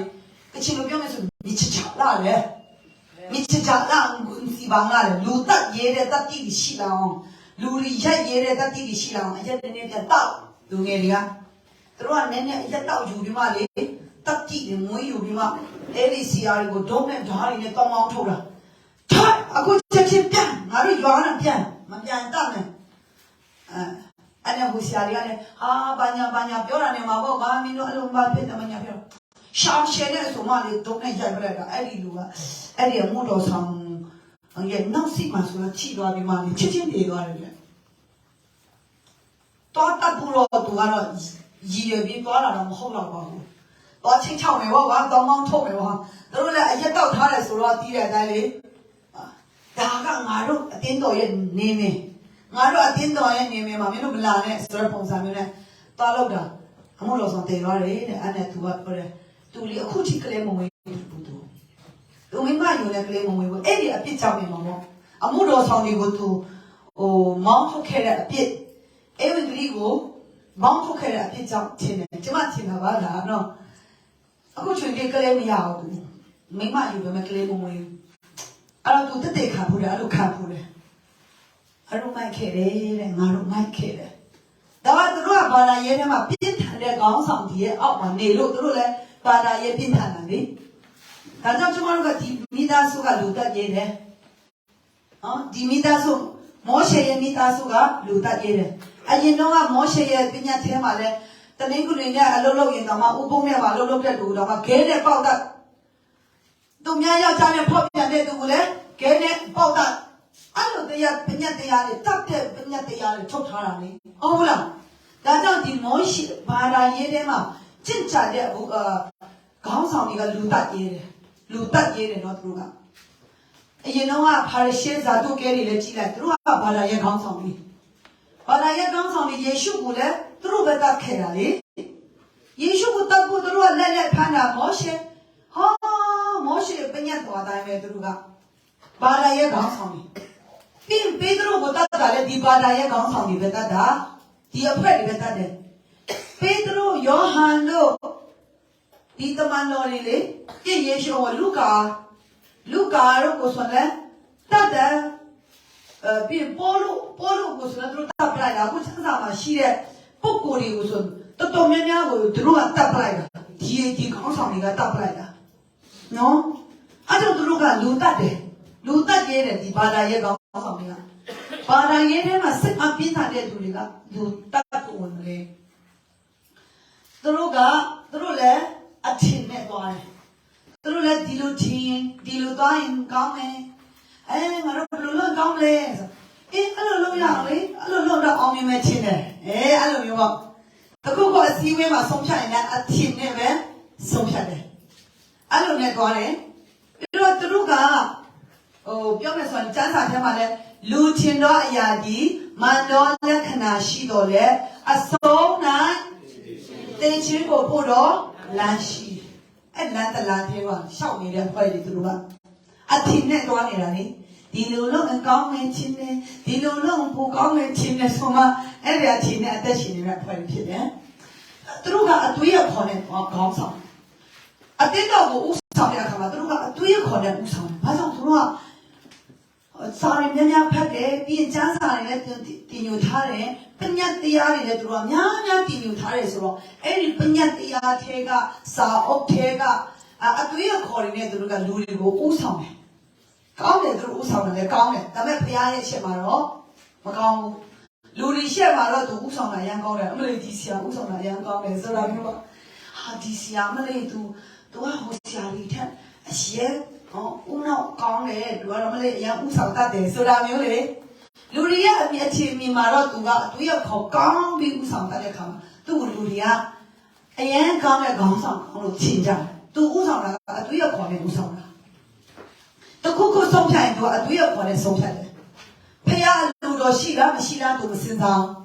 ဖះအလိုတော်ရှိလားငါဒီလိုလုပ်ဖះအလိုတော်ရှိလားငါဒီလိုလုပ်ဖះခင်အလိုတော်ရှိလားသူမစင်စားသူဘာလုပ်မယ်ပဲစဉ်းစားသူကအတွေ့အကြုံနဲ့ဒီလိုလုပ်ကောင်းတယ်ဥပမာပေါ့ဒီလိုလုပ်ကောင်းတယ်ဒီမှာဟိုလိုလုပ်နေဟိုမှာအတင်းတော့ဒီလိုဒီထောင်ကောင်းတယ်ဟောပြင်းဒီလိုလုပ်မယ်အဲ့လိုမျိုးလေအတွေ့တော့အတွေ့အခေါ်နေပဲလေပြောမယ်ဆိုတော့ငါနိုင်ငံချမ်းမှာသွားမယ်နိုင်ငံချမ်းသွားပြီးမှနိုင်ငံချမ်းမှာဘယ်လိုလုပ်မယ်အဲ့လိုမျိုးတွေပေါ့အဲ့လိုအတွေ့အခေါ်နေပဲသူကဥဆောင်တယ်သူ့ရဲ့ဘဝကိုလည်းအတွေ့အခေါ်နေပဲဆုံးဖြတ်တယ်ငါနိုင်ငံချမ်းတော့ဘုရားအလိုတော်ရှိလားမရှိလားမမဲဘူးငါနိုင်ငံချမ်းမှာအလုပ်တော်လို့ဘုရားခင်အလိုတော်ရှိလားမရှိလားသူမမဲဘူးသူကောင်းတယ်လို့ထင်သမျှကိုသူဆုံးဖြတ်ပြီးသူ့အတွေ့အခေါ်နဲ့သူဆုံးဖြတ်ပြီးနော်အလုပ်လုပ်တယ်အဲ့လိုမျိုးလို့နော်ဒါမျိုးမိသားစုသူကလည်းတည်ချင်းထဲမှာပဲရှိတယ်အပြည့်အခါဒီတည်ချင်းဆိုတဲ့အတိုင်းပဲသူတို့ကပညာတော်ရဲ့အောက်မှာအတင်းတော်ရဲ့ဘာသာရဲ့ကျင့်ကြံမှုအောက်မှာပဲအသက်ရှင်တဲ့အတွက်ကြောင့်သူတည်နေရဲပဲချမှာဒီမိသားစုအတည်လည်းနေရဲပဲချမယ်ဒီမိသားစုတည်ရင်လည်းနေရဲပဲချမှာနော်ဒါပေမဲ့ဒီမိသားစုကတော့သူတို့ကကျေးဇူးတော်နိုင်အသက်ရှင်တယ်သူတို့ကကေတင်ချင်းလည်းကျေးဇူးတော်အသက်ရှင်ခြင်းထဲမှာလည်းကျေးဇူးတော်အိုးဘုရားရဲ့ကျေးဇူးပြုခြင်းထဲမှာသူတို့ကအသက်ရှင်တယ်သူတို့ကကောင်းတာမကောင်းတာမခံစားဘူးတဲ့မသိဘူးတဲ့ပြောချင်တာကောင်းတာကိုလည်းမခံစားဘူးမကောင်းတာကိုလည်းမခံစားဘူးအေးအဲ့လိုပြောချင်တဲ့အတိတ်တွေကဟိုယူသွားလို့ပြောနေတာမဟုတ်ဘူးနော်ကောင်းတာမကောင်းတာကိုမခံစားဘူးဆိုတဲ့အတိတ်တွေကကောင်းလည်းဘုရားခင်မလုပ်ခိုင်းရင်မလုပ်ဘူးမကောင်းတာကိုလည်းလူတွေလုပ်ခိုင်းရင်လည်းမလုပ်ဘူးအေးအဲ့လိုမျိုးကိုပြောချင်တာဟာဒါမင်းဒီလိုလုပ်အရင်ကောင်းပါဟုတ်တယ်လူအနေနဲ့တွေးလိုက်ရင်ရမ်းကောင်းတယ်ဒါပေမဲ့ဖះအလိုတော်ရှိလားမရှိလားသူကအဲ့ဒါကိုကြည့်မှာပဲဖះအလိုတော်မရှိကောင်းမဲ့အလုပ်လည်းမလုပ်ဘူးသူအဲ့ဒါကိုပြောချင်တာကောင်းတာမကောင်းတာမသိဘူးဆိုတော့အဲ့ဒါအသိပဲဒါကတော့ကကျွန်မဆိုလည်းမူဆယ်မှာအိမ်မရှိဘူးအိမ်မရှိတော့တစ်နေ့တစ်ခါရွှေ့ရတယ်ဆရာမတယောက်ကကျွန်မကိုမြစ်ချနာရွှေ့ခဲ့ပါတဲ့မြစ်ချနာမှာတွေ့ရဝင်းအိမ်လည်းဆောက်ပြီးသားရှိတယ်ရေမီးအစုံရှိတယ်အဲ့အိမ်မှာလာပြောင်းနေပါမိရဲ့ကလေးတွေကိုဟောမစေပေကငါးပြီးလက်ချက်ကငါးပြီးမှယူခေါ်လာခဲ့လိုက်မိကလေးတွေကိုဆိုမှကျွန်မပြောတယ်တန်တို့အနေနဲ့စဉ်းစားကောင်းလားကောင်းတယ်လေကောင်းတယ်ဒါပေမဲ့ကျွန်မကအဲ့ဒီကောင်းတဲ့အပေါ်မှာကျွန်မခံစားဘုရားခင်ကျွန်မကိုသွားဖို့အလိုတော်ရှိလားမလို့အလိုတော်ရှိလားကျွန်မမေးတယ်ဘုရားခင်အလိုတော်ရှိလို့ကျွန်မတော့အင်းရဲ့မြစ်ဆန်ပြေတဲ့ဝင်းကျွန်မကိုမိချနာမှာပေးပေမဲ့ကျွန်မကမူစေမှာခက်နဲ့ပဲလှုပ်ဆောင်တယ်ဒီနေ့ဘုရားကကျွန်မတို့ပြန်ပြင်ဆင်ပေးတယ်နော်အိမ်ပိုင်ရပိုင်ဘုရားပြင်ဆင်ပေးတယ်အဲ့တော့အခုတော့ခရိုင်မူကပြောတယ်မင်းတို့ကတော့မဆိုးတယ်မင်းတို့လှုပ်တာရမ်းတော့တယ်အစရမှာမပုံဒီရအောင်လည်းမင်းတို့ဘက်ကလှုပ်ဆောင်တယ်တချို့တွေရတယ်အစရမှာမပုံဒီအဲ့ဒါမရှောက်ချင်ကြဘူးတဲ့လာလည်းရှောက်ရမယ်မလည်းမသိဘူးတချို့တွေကပြီးမင်းတို့ကတော့အိမ်ပိုင်ရပိုင်ရှိအောင်လည်းလုပ်ထားတယ်တချို့တွေရတယ်ဟိုမှာပဲငါးပြီးဒီမှာပဲငါးပြီးကလေးတွေကအများကြီးတပြုံဟောင်းကြီးခေါ်ထားတယ်သူတို့ကိုမပွန်တင်ပေးလည်းမဟုတ်မပေးလည်းမဟုတ်တယ်သူတို့အပိုင်ကမြေပိုင်ကမရှိဘူးကလေးကအများကြီးခေါ်ထားတယ်အဲ့လိုပြောတယ်အဲ့ခရိုင်ကဒါပေမဲ့မင်းတို့ကတော့ဘယ်ရောက်ဆိုစစ်စစ်ကြကြနေတော့အလုပ်လုပ်တယ်မင်းတို့ management အရန်နိုင်ဆိုမှခရိုင်ကကျမတို့ခရိုင်ကအဲ့လိုချီးကျူးတယ်ကျမတို့မြတ်တာဝဆန်နေပြီးချီးကျူးတယ်ဆိုတော့အဲ့လိုမျိုးကပြောချင်တာနော်ဆိုတော့ကောင်းတာမကောင်းတဲ့ပုံမှာအတက်မရှိဘဲနဲ့နေတယ်ဆိုတော့သူကအမှန်တရားနဲ့မသွားဘူးတမာတရားနဲ့သွားတယ်အမှန်တရားနဲ့မသွားဘူးတမာတရားနဲ့သွားတယ်အမှန်တရားနဲ့သွားတယ်ဆိုတာနဲ့တမာတရားနဲ့သွားတယ်ဆိုတာမတူဘူးလားမတူပါဘူးအဲ့ဆိုပြောကြည့်ပါဦးတခုတော့ကဲပြောကြည့်ပါဦး နည်းနည်းလေးဦးနောက်ကစားကြည့်အောင်အမှန်တရားနဲ့တမန်တရားနဲ့အဖြစ်ပြတစ်ခုလောက်ပြောကြည့်ပါဦးအမှန်တရားကလူအုံတော်နဲ့တွေ့ရဲ့အရာတမန်တရားကဖျားခင်ရဲ့ပြောရဲ့စကားနဲ့သွားရဲ့အဲ့လို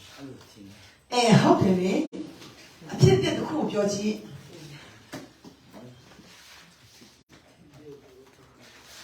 အဖြစ်ပြတစ်ခုလောက်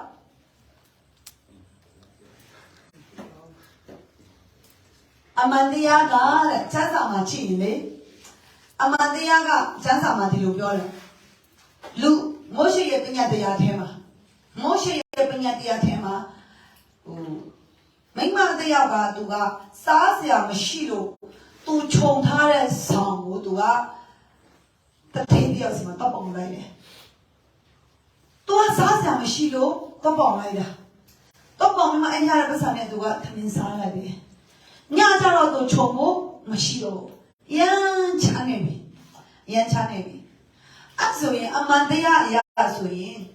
သူကလာပေါင်တာလေငါလာပေါင်ခိုင်းတာလည်းမဟုတ်ဘူးသူလာပေါင်တယ်ဆိုတော့သူကအရင်ရောအမျက်နဲ့လာရွေးမှာပဲပေးရမှာအဲ့ဒါအမှန်တရားဟုတ်လားမဟုတ်လားဟုတ်တယ်အမှန်တရားအဲ့လိုမျိုးဒါပေမဲ့တမန်တရားကအဲ့လိုမဟုတ်တမန်တရားကသူအရင်လာမပေးနိုင်လဲအမျက်လာမပေးနိုင်လဲသူ့ရဲ့ဆောင်ကိုပေးလိုက်သူ့ဆောင်ကိုသူ့ကိုပြန်အားလိုက်သူ့ဆောင်ချုပ်เสียမရှိဒါကြောင့်ပေးလိုက်အဲ့ဒါတမန်တရားအမှန်တရားကတော့သူငါစီကလာပေါင်းပြီးယူသွားတဲ့ပတ်စံလာပေးမှအတူနဲ့အရင်နဲ့လာပေးမှငါသူ့ပစ္စည်းကိုပြန်ပေးမှဒါအမှန်တရားလေအဲ့လိုပဲပြီးတော့ကျွန်တော်ရဲ့အသက်တာကျွန်မရဲ့အသက်တာခုပါလဲအမှန်တရားနဲ့တမန်တရားကိုလည်းရှိပြမယ်ကျွန်မအသက်တာတစ်ခုမှာကျွန်မမိဘမိခင်ဟာမှာလေပတ်ဝန်းကျင်မှာဘယ်အိမ်မှမရှိသေးဘူးကျွန်မတို့ပဲရှိသေးတယ်အခုလူမျိုးပေါ့နော်ဒီနာဝန်းကျင်မှာလို့ပေါ့ကျွန်မတို့ပဲရှိသေးတယ်ကျွန်မတို့ရှိတဲ့နောက်မှာလူတွေကလာဆောက်ပြီးမှနေကြတာအဲ့ဒါကိုဟာကျွန်မတို့ကိုစူညာနဲ့ဆိုမှလေပတ်ဝန်းကျင်ကဗုဒ္ဓဘာသာတွေဘာမပြောအဲ့ပတ်ဝန်းကျင်မှာကချင်အင်းတဲ့အင်းရှိတယ်ကုတ်ခိုင်ကျန်းစာကြောင်းစင်စီယာမမိသားစုတဆိုရှိတယ်ကုတ်ခိုင်ကျန်းစာကြောင်းစင်စီယာမဆိုတော့ဘယ်လိုမျိုးလဲဆိုတော့ပြီးလောက်ပြီပေါ့သိပြီမလားပြီးပါပြီပြောစရာမလိုတော့ပါနော်အဲ့မိသားစုတဆိုရှိအဲ့မိသားစုကလေကျမတို့ကတော့ခါပေးတာကျမကလေးတွေကိုလည်းခေါ်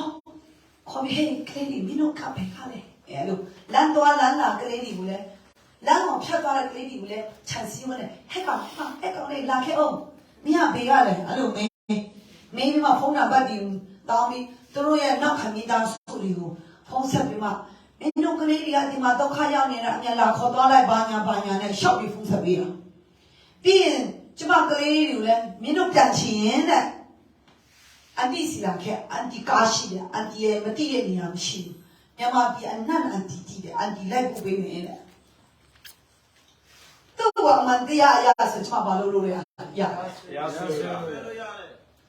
တရားဆွဲလို့ရတယ်ပါလဲတော့တီးလို့ရတယ်ပြီးတော့ပူဆိုးတာ तू ကကလေး3ယောက်ကိုဖတ်ထားပေးဖို့တယ်ကလေး3ယောက်ကို तू ကပြောတယ်လေအင်ပြန်ချင်းအန်တီစီလာခဲ့လို့ပြောတော့ကလေးတွေကလည်းအင်ကိုလွမ်းတာမောအင်ကိုလွမ်းတယ်မိတချို့တွေကအမေရှိတယ်လေ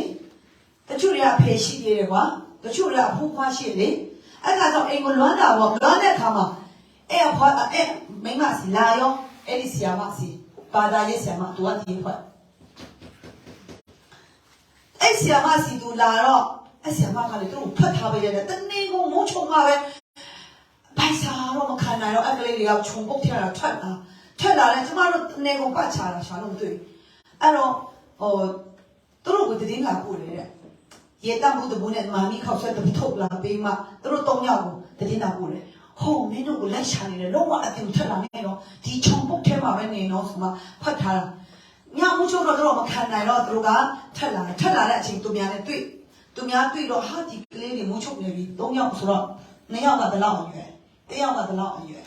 ဆိုတော့ဒီကလေးတွေကဟာကလေးတွေဒီလိုလာမင်းမှာတွားနေတယ်ဆိုတော့ဒါယူတော့မဟုတ်တော့ဘူးဆိုမှစဉ်းစားတတ်တဲ့အမျိုးသမီးတယောက်က အဲ့လိုဒါဘယ်ကဘာပဲဖြစ်ဖြစ်မိမမိကြီးဟာတနေရာကဖြစ်မယ်ဆိုတာသူကအဲ့လိုမျိုးနဲ့တွေးပြီးတော့စုံစမ်းလိုက်တဲ့အခါကျမတို့စီကဖြစ်နေဖြစ်တော့မှအဲ့မှာကျမတို့လာခေါ်ကကျမအင်တာဗျူးပြုရပြီသူတို့မင်းနဲ့မင်းတို့ဘေးမှာနေနေရလဲဘလာဘာလောက်တလို့ပြကျမမင်းတဲ့ခါအဲ့ဒီဆရာမကသူတို့ကိုဖတ်ထားတာမိုးချုံမှာပဲမင်းတို့ကိုအိမ်လိုက်ဖို့ပေးမယ်လို့ပြောတာမိုးချုံလည်းမလောင်ချင်ကကိုက်ဘိုက်ကစားမလို့တို့အချုံပုတ်ထဲမှာမနေနိုင်တော့လို့ထွက်လာတာတဲ့ကြည့်ဒါမျိုးဆိုရင်သူ့ကိုတက်တက်ထောက်ထားတဲ့ကျမကအမှန်တရားအရာဘာလို့လို့ရလဲတရားဆွဲပြီးသူ့ကိုထောင်ဖို့လို့ရတယ်နော်ပြီးတော့တဲ့မှာလဲကျမတို့ပကံဆေးတဲ့ရေဟိုဘက်သူတို့ဝင်းထဲမှာနည်းနည်းကြာတယ်သူတို့ဝင်းဆိုပဲဘာမှမဆိုင်ထားပါဘူးဘာမှမဆိုင်ဘူးခြုံနေကြီးပဲအဲ့ဒီခြုံပါလေကျမတို့ရဲ့ပကံဆေးတဲ့ရေကဆင်းတာတကယ်တမ်းဆိုရင်ဘာမှမဖြစ်ဘူးလေဟုတ်တယ်မလားလို့အနေနဲ့စဉ်းစားဒါပေမဲ့တို့ကလေတို့ရဲ့ဝင်းထဲကိုကျမတို့ရဲ့ပကံဆေးရဲ့ကြားလို့ဆိုပြီးကျမတို့ရဲ့အဝီစီရေသွေးကိုလာဖြတ်စီပလိုက်တာအဝီစီရေသွေးဆိုတာဒီမှာတော့ဘယ်တော့ဈေးရှိလားမသိဘူးကျမတို့မူစင်မှာပေါ့အဝီစီရေသွေးဆိုတာမြေခွက်တစ်ခွက်စာလောက်ရှိတယ်ဒီမှာလည်းဘယ်တော့တော့မသိဘူးနော်ကျမတို့ဘက်မှာညာဈေးကြီးတယ်တချို့တွေဆိုကြီးတဲ့ဟာဆိုရင်အဝီစီရေသွေးတွေကတိတ်တရာကျော်နေရရှိတယ်အဲ့ဒါဖြတ်စီပလိုက်တာကျမတို့ကအမှန်တရားနဲ့အများကြီးတွားလို့ရတယ်သူ့ကိုကျမအမှန်တရားနဲ့သူ့ကိုအခက်အခါထပ်ဆင်းပြီးတော့နော်ထောင်ဖို့လို့ရတယ်ဒါမဲ့ကျမတို့ဘာမှမလုပ်တမန်တရားနဲ့ပဲကျမရင်ဆိုင်လိုက်တယ်ဖျားခင်နဲ့တင်မှာပဲအားလိုက်တယ်မြေရင်နဲ့ပဲဖျားခင်ကိုကျမပြောပြလိုက်တယ်အဲ့ဒါတမန်တရားနဲ့တွားတယ်ခေါ်တယ်အမှန်တရားနဲ့မတွားဘူးတမန်တရားနဲ့တွားတယ်ဆိုတာအဲ့ဒါကိုပြောချင်တာတမန်တရားနဲ့အမှန်တရားနဲ့တမန်တရားနဲ့သွားတာနော်ဒီမှာခုနပြောတဲ့အတိုင်းပေါ့အမှန်တရားနဲ့သွားဘူးတမန်တရားနဲ့သွားတယ်ဒီအဖွဲ့တွေကဒီမိသားစုကဆိုတော့ဒီမိသားစုကအမင်္ဂလာထဲမှာလည်းမရှိဘူးမင်္ဂလာထဲမှာလည်းမရှိဘူးသူတို့ကဂျေစုတော်ထဲမှာရှိတယ်ဘုရားရဲ့အကြံစီတော်ထဲမှာရှိတယ်သူတို့မှာမင်္ဂလာလည်းမရှိဘူးဟုတ်သူတို့ကဘုရားသခင်ရဲ့အကြံစံသောဘုရားသခင်ဖြစ်စေခြင်းတဲ့ program ထဲမှာသူတို့ကအသက်ရှင်တယ်ပြီးတော့သူတို့ကမဆက်ဘဲနဲ့ရစ်ကြတယ်ခါနာပြည်ဝင်စားရတယ်ဟာလေလုယာဘုရားခင်ကပြောလေမင်းဆောက်ဆရာမလို့တဲ့အိမ်မှာငါနေခိုင်းမယ်မင်းမဆက်ထားတဲ့စပီးရေကိုစားခိုင်းမယ်ခါနာပြည်ရရင်မင်းမတူးထားတဲ့ရေတွေကိုတောက်ခိုင်းမယ်လို့ဘုရားခင်ပြောတယ်ဟုတ်လားအဲ့ဒီအတိုင်းပဲကိုယ်တိုင်အားဆိုင်ဆရာမလို့ပဲနဲ့ဖခင်ကပြင်ဆင်ပေးတဲ့နမိတ်လက္ခဏာတွေနဲ့အော်ဖွယ်ထဲမှာသူကသက်ရှင်နေထိုင်ရတယ်။ဒါတော့ပြီးတော့သူ့ကိုဖခင်ကတာဝန်ယူတယ်။ဖခင်တာဝန်ယူမှုကိုခံရတယ်။အဲကြောင့်ဟိုတနေ့ကျွန်မပြောရလေ။သမင်းချက်ဖို့ခေါ်ရအမကသမင်းကချက်ရဘူး။အော်မလိုက်လာရဘူးကြောက်လို့ကျွန်မပြောဘာချက်စရာလို့လဲကျွန်တော်ဖခင်တာဝန်ယူထားတာလို့တည်နေကြလို့သူကတည်နေနားထောင်လို့သူကမလိုက်လာရဲဘူးလမ်းမှာဟိုကဖြစ်တယ်ဒီဟာဖြစ်တယ်ဘယ်နဲ့ဘယ်ကြားမှာစစ်ဖြစ်တယ်တောင်းစစ်တယ်ပဲနားထောင်တော့သူကမလိုက်လာရဲဘူးမလိုက်လာရဲဘူးဆိုတော့ကျမကသူ့ကိုပြောတယ်ဘာမှဆက်ဆံလို့အော်မနေ့ကလည်းဟိုမှာလည်းတင်တန်းမှာလည်းကျမပြောတယ်နော်ဘာမှကြောက်ဆံလို့ဘာကြောင့်လဲဘုရားခင်ကကျမတို့ကိုတာဝန်ယူထားတယ်အမလေးတေးချင်းပါနဲ့ဆွေးတော့မှဘုရားခင်တေးခွင့်မပေးရင်မတေးရဘူးအမလေးကျမကကြည်စားထိချင်ပါလေဆိုရင်ဘုရားခင်ထိခွင့်မပေးရင်မထိဘူးတနနဲ့ချင်းပြီးတော့တာတော့ဘုရားခင်တေခွင့်မပေးမတေဘူးနော်အခုချင်းထိရှိတယ်ဟိုမှာဒီဘောမှာဆရာတယောက်ရှိတယ်ဆရာတပါး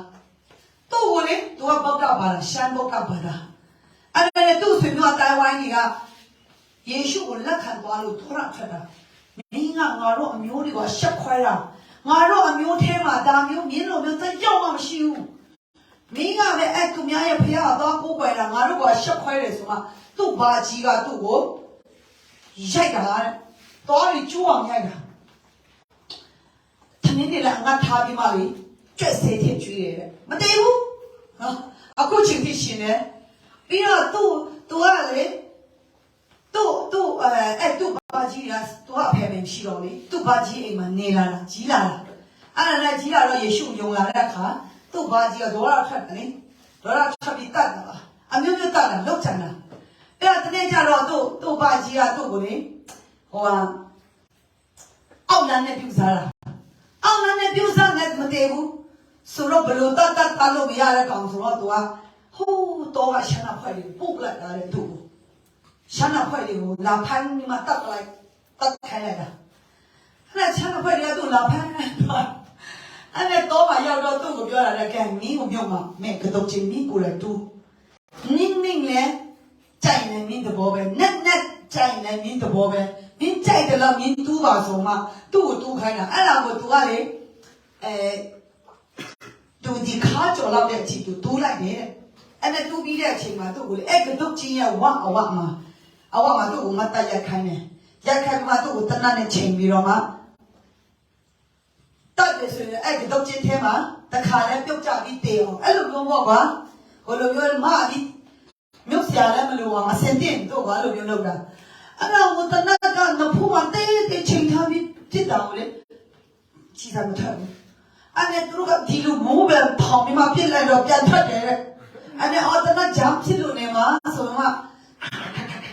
နဲ့အော်နော်တနတ်ကိုပြန်ပြီးလုတ်ကြည့်မှတစ်ခါပြန်ချိန်ပြီးတတ်တယ်သူ့ကိုချိန်လိုက်တနတ်ကမထွက်တော့ကြည်စားကမထွက်တော့ဘူးအပေါ်ပြန်ထောင်လိုက်တော့ပြန်ထွက်တယ်ကြည်စားကအဲ့ဒါနဲ့နောက်ကကျတော့ဘေးနားကလူတယောက်ကသူ့တနတ်ကိုပြေးလာပြီးယူပြေးလာမှသူကပြန်လာချိန်ပြီးမှပြစ်တယ်ဒါလည်းတနတ်ကကြည်စားမထွက်ဘူးတဲ့အဲ့နဲ့ဘေးအဲ့ကလူကြီးကအဲ့ကသူတို့အဖက်ထဲကပေါ့သူတို့အဖက်ထဲကအချီဆုံးကပြောတာတော်ပြီမင်းတို့မလုံးနဲ့တော့ဒီလူကတိတ်ချင်းမတန်သေးဘူးဒီလူကဘာခေါ်လဲပမာလို့ဆိုလူဘာလဲလူထူလူမြတ်တာပါဆိုလားအဲ့ဟိုဘာလဲတာမန်လူမဟုတ်ဘူးဟိုထူးမြတ်တဲ့လူတယောက်ပေါ့အဲ့လိုမျိုးထူးခြားတဲ့လူတယောက်ပဲဖြစ်နိုင်တယ်သူ့မတတ်တာနဲ့တော့လွတ်လိုက်ဆိုမှ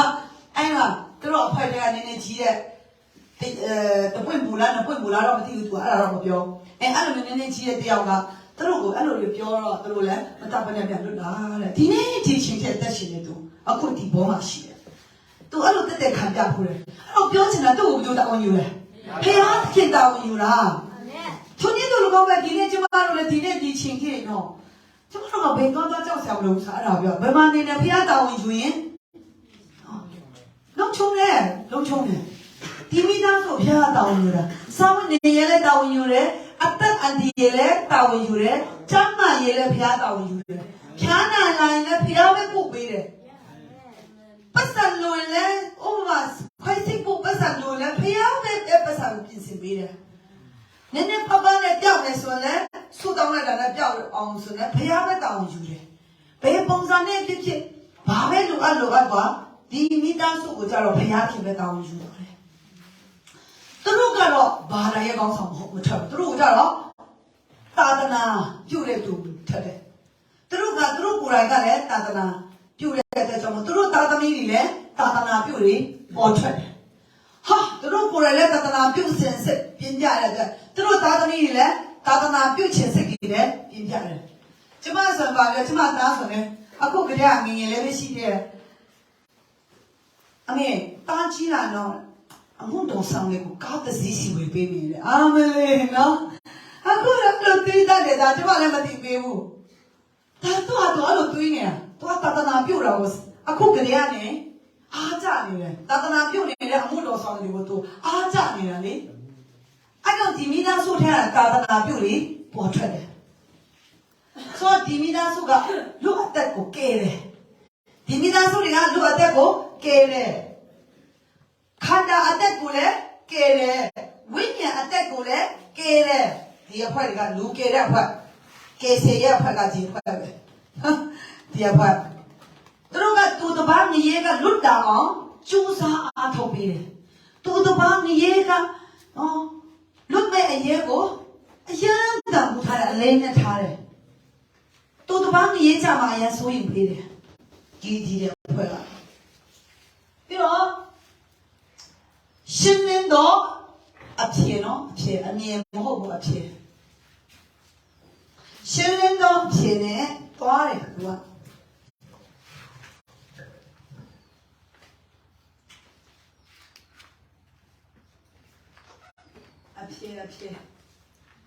ရှင်းလင်းတော့အဖြစ်နဲ့သွားတယ်ဒီအဖွဲတွေကအချင်းနဲ့သွားတယ်ဒီလိုလုံးကောင်းတဲ့ချင်းနဲ့ဒီလိုလုံးကောင်းတဲ့ချင်းနဲ့ဆိုမှအချင်းနဲ့သွားတယ်ဒါပေမဲ့ဒီမိသားစုကကြတော့ဒီယေရှုခရစ်တော်ရဲ့မိသားစုတွေကတော့အချင်းနဲ့မသွားသူကဘာလို့တိကျတဲ့အဖြစ်နဲ့သွားတယ်ဥပမာပေါ်ပြောမယ်ဆိုရင်တနေ့ရမှာတသနာဆမယ်ဆိုရင်လည်းဖခင်ရဲ့တိကျတဲ့အတန်တော်နဲ့မဆတယ်ဖခင်ရဲ့တိကျတဲ့အတန်တော်မရှိရင်တသနာမဆောက်စပွန်ဆာရှင်းနဲ့မဆောက်တချို့တွေကစပွန်ဆာရှင်းအချင်းချင်းစားပြီလေမဟုတ်လားအဲ့စပွန်ဆာပြန်ပြတ်သွားရင်အမ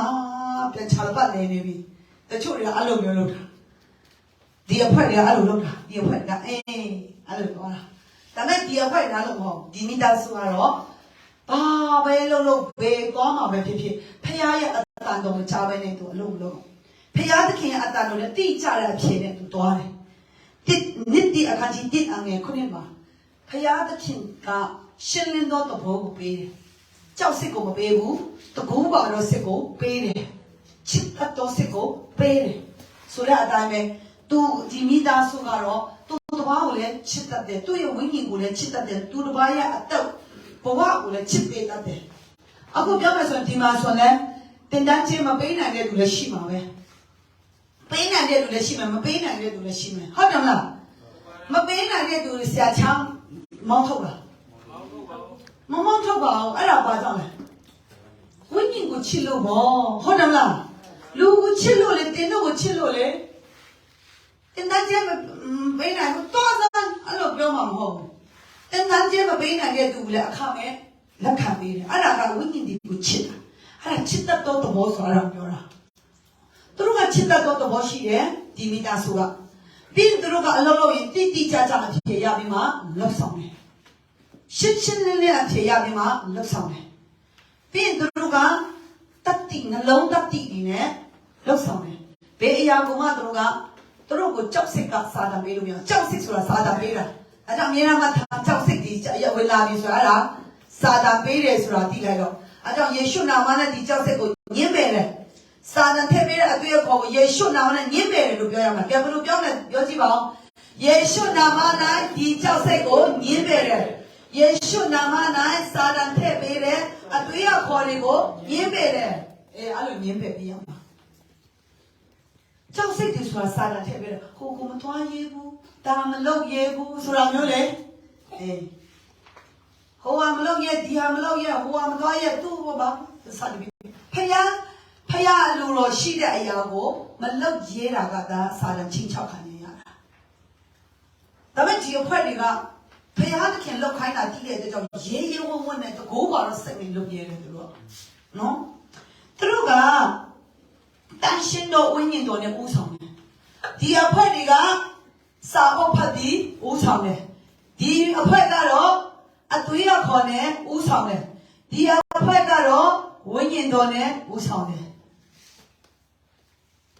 မတူဘူး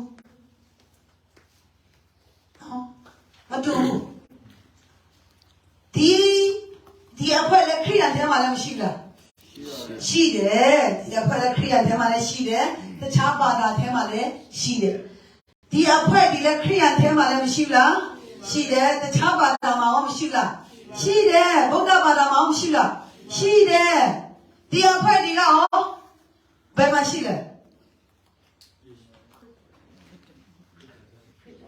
သူတို့ကဗုဒ္ဓဘာသာမှာရှိလားဒီတာမျိုးမရှိဘူးဗုဒ္ဓဘာသာမှာဒီမိသားစုမရှိဘူးဒီမိသားစုကခရိယာအတိုင်းအဝိုင်းအထဲကခရစ်တော်နိုင်အသက်ရှင်တဲ့မိသားစုမှာပဲရှိတယ်ဒီနှမျိုးစလုံးကခရိယာမှာလည်းရှိတယ်ဗုဒ္ဓမှာလည်းရှိတယ်ဒီမိသားစုနှမျိုးနှစ်စုစလုံးကဘာသာတိုင်းမှာရှိတယ်ဟိန္ဒူမှာလည်းဒီလိုမျိုးရှိတယ်မွတ်စလင်မှာလည်းရှိတယ်ဒီမိသားစုနှစ်စုစလုံးကတော့ဘာသာတိုင်းမှာရှိတယ်ဒါမဲ့ဒီခရစ်တော်၌ရှိတဲ့မိသားစုဒါမျိုးဒီအနေအထားဒီလိုမျိုးပုံစံနဲ့တွာလာတာကတော့ခရစ်တော်ထဲမှာအသက်ရှင်တဲ့မိသားစုထဲမှာပဲရှိတယ်သူတို့ကအသက်ရှင်တဲ့သူတို့ကလောကမှာလည်းအသက်ရှင်ခြင်းလက္ခဏာနဲ့အသက်ရှင်တယ်တမန်တော်ကြောင့်လည်းသူတို့ကထာဝရအသက်ရှင်နေမဲ့သူဖြစ်တယ် တို့ကရှင်နေတဲ့သူ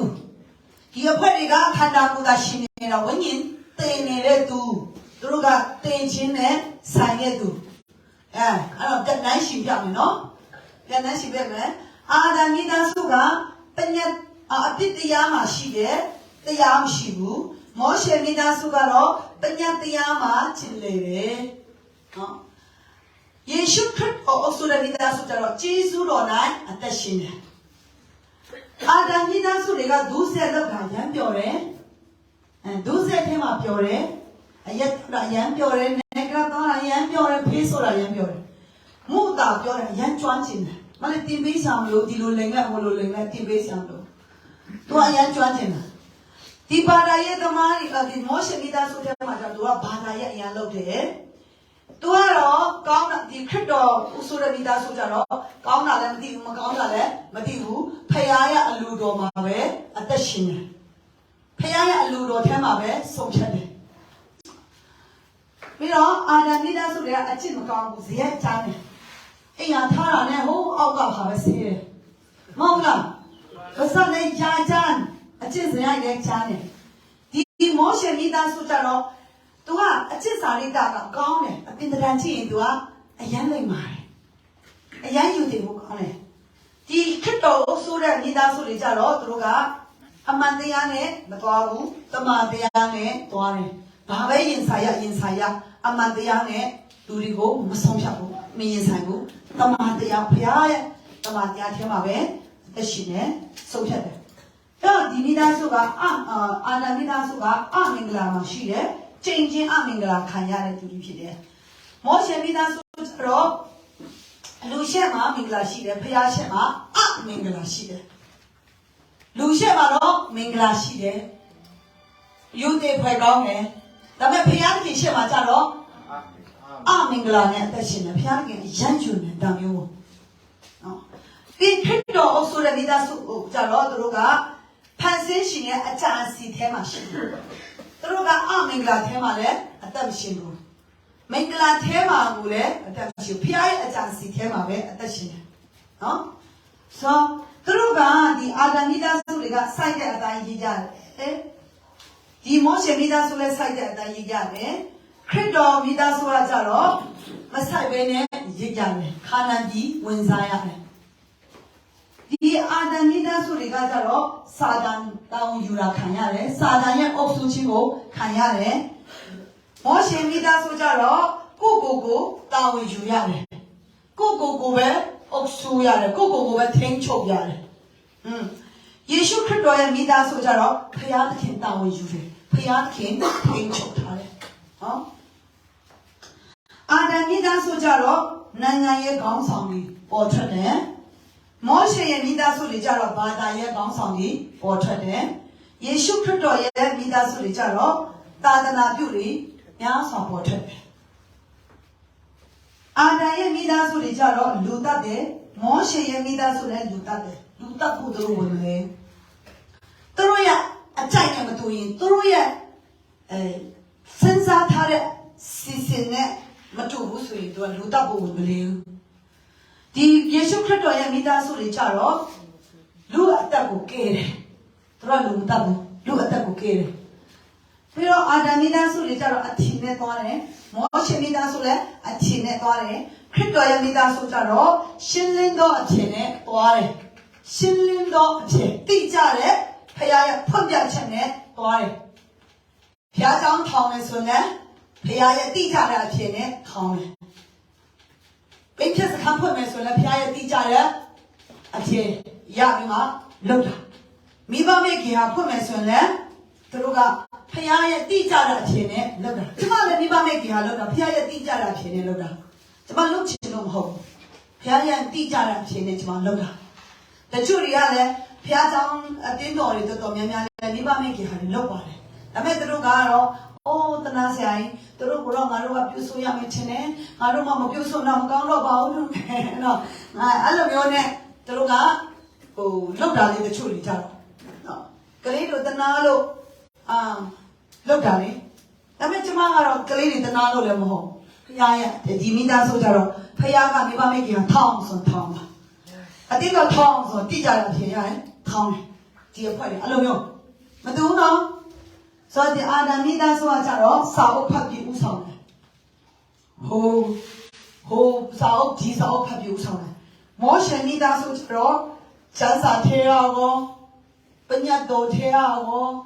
စာအုပ်ဒီထဲရောဖတ်ပြီးမှအတွေးအခေါ်နဲ့ဆုံးဖြတ်ပြီးဥဆောင်တယ်ဒီယေရှုခရစ်တော်ရဲ့မိသားစုတွေကြတော့တန်ရှင်တော်ဝိညာဉ်တော်နဲ့ဥဆောင်တယ်တန်ရှင်တော်ဝိညာဉ်တော်လောက်ခိုင်းတဲ့အရာကိုလုပ်တယ်ပုံတင်နည်းဆိုတာမရှိဘူးဝိညာဉ်တော်ဒီလိုလုပ်ဆိုလုပ်လိုက်တယ်ဥပမာပေါ့ဝိညာဉ်တော်ဖျားကတခါတလေဆိုကျွန်တော်တို့ဆူတောင်းတယ်လေခါတိုင်းဆိုရင်ဒီလိုဆူတောင်းမယ်ဝိညာဉ်တော်ကတခါတလေဆိုအခုချိန်ကဘာလုပ်လိုက်အခုချိန်ကဘယ်လိုလုပ်လိုက်ဆိုတာမျိုးဝိညာဉ်တော်နှုတ်ဆော်တယ်နှုတ်ဆော်တဲ့သူလုပ်ရတယ်ဆူတောင်းဦးဆောင်တာကမှဝိညာဉ်တော်နှုတ်ဆော်တဲ့အတိုင်းဝိညာဉ်တော်ဖွင့်ပြတဲ့အတိုင်းဦးဆောင်တာပုံတင်နည်းဦးဆောင်တာမဟုတ်ဘူးဝတ်ပြုတ်လည်းပုံတင်နည်းဦးဆောင်တာမဟုတ်တချို့ကပုံတင်နည်းဦးဆောင်တာလေကျန်းစာဖတ်ပြီးဘာလို့ပြင်ဘာလို့အဲ့လိုပဲပုံတင်နည်းပဲသွားတာအဲ့လိုပုံတင်နည်းသွားအောင်တို့ကြတော့ဝိညာဉ်တော်ဖွင့်ပြတယ်လို့လုပ်သွားတယ်ဆိုအာဒံရဲ့မိသားစုတွေကြတော့သိချင်းအဖြစ်ရခသိချင်းဆိုတဲ့အတိုင်းသိချင်းထဲမှာအသက်ရှင်တယ်မောရှေရဲ့မိသားစုတွေလည်းသိချင်းထဲမှာအသက်ရှင်တယ်သူတို့တဲ့သွားရင်ရေးကြမယ်နော်ဒီမိသားစုမစွတ်စလုံးကသိနေရေးကြမယ်ဖွဲ့ဒီမိသားစုတွေကတော့ရှင်ချင်းထဲမှာရှိတယ်သူတို့တဲ့တော့ကောင်းကင်ရောက်မှာဖြစ်တယ်ကဲ okay ဆိုတော့ဒီမိသားစုအကြောင်းလေ့လာတာဒီလောက်နဲ့လေ့လာမယ်ခုခဏလေးရပ်မယ်ရပ်ပြီးမှကျမတို့နည်းနည်းလေး